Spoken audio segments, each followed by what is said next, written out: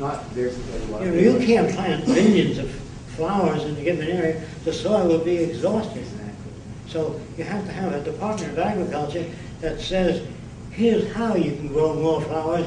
This is what we call soil additive. Right. It takes 1,000 years to make 1 inch of topsoil. And the jackasses today build new cities right over it. We would shave the topsoil, put it in soil banks, because we know differently than the old people that used to build right over things. Today, they build a dam to generate power. But fish can't get back to the spawning grounds when you build a dam. So all our dams have stepped areas where the fish can get back up to the spawning grounds. You know what I mean? I mean total planning. Today, we design a dam to produce electricity. In the future, it's an overview. Do you understand the difference? There's no profit in it for anyone but everyone. Yeah. My question is, the population today is increasing exponentially. Yes. Okay?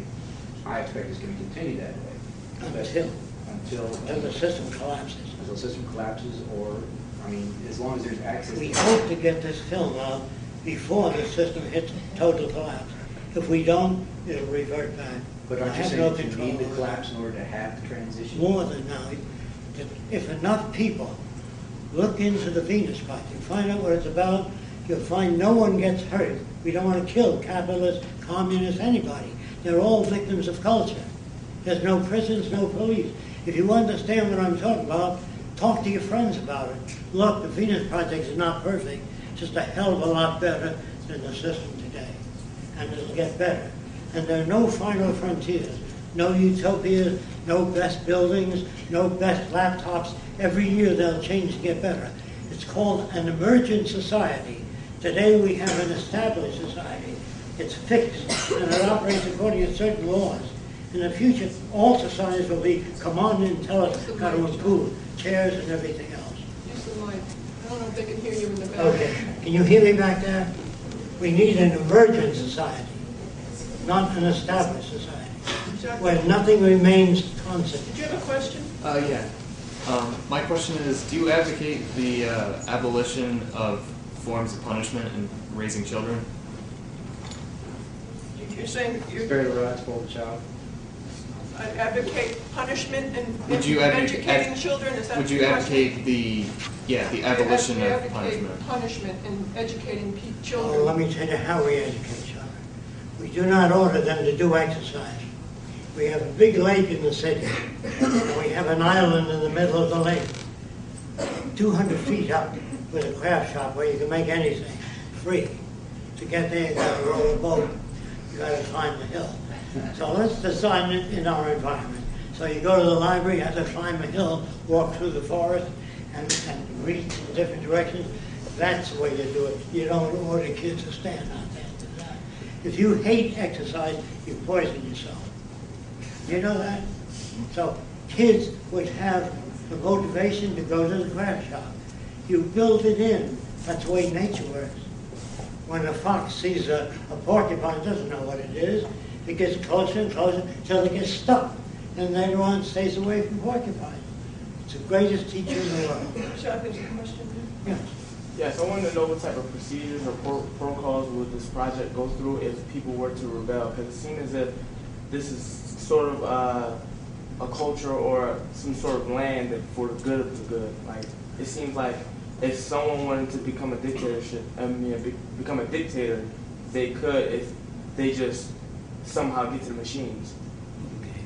What if a corrupt person wanted to become a dictator and take over the system?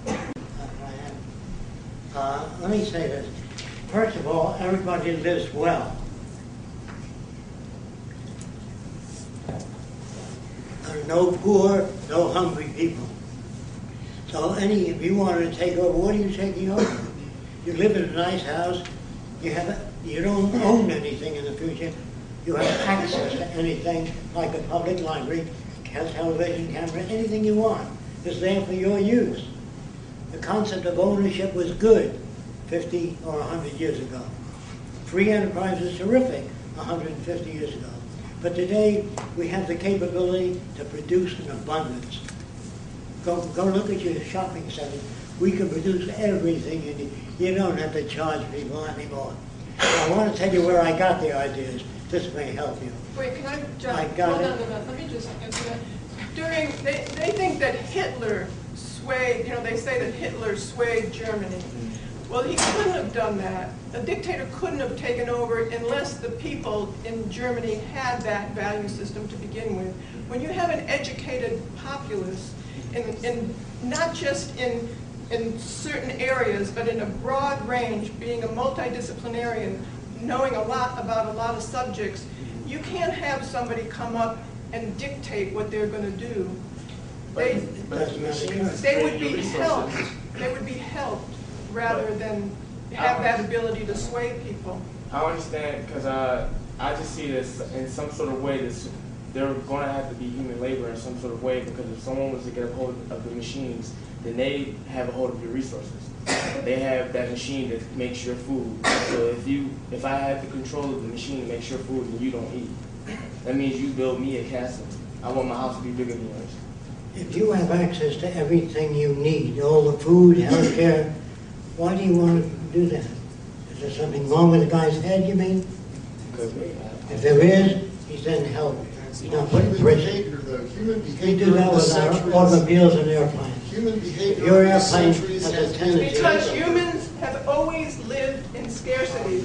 There's no such thing as human nature. There's human behavior, and That's what I that's said, always human been behavior. changed. It's Human always be- been changed because they've lived in the same deprivation and differential advantage. If you change the environment, you'll get a different behavior. But who's to change the environment? Who is the one to set that standard to change You. the environment? You understand what I'm talking about. And if you agree that behavior is shaped by culture, if you were brought up in the South, you'd speak with a Southern accent. Do you buy that? You never I saw it. believe that is. What do you mean by human nature? Our views I'm about... not saying human nature. I'm saying human behavior, and I said that from the beginning.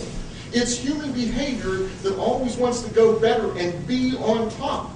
Who is going to set the standard? Okay. Whoever sets the I see what standard, you mean now. whoever sets the standard That's all right. is the one who's in control. Let's of it. assume You do that for that's your so. life, though. You see what I Let's mean? assume that Your life that's versus- so. Why does anyone want to be at the top? Is that an ego problem, you think?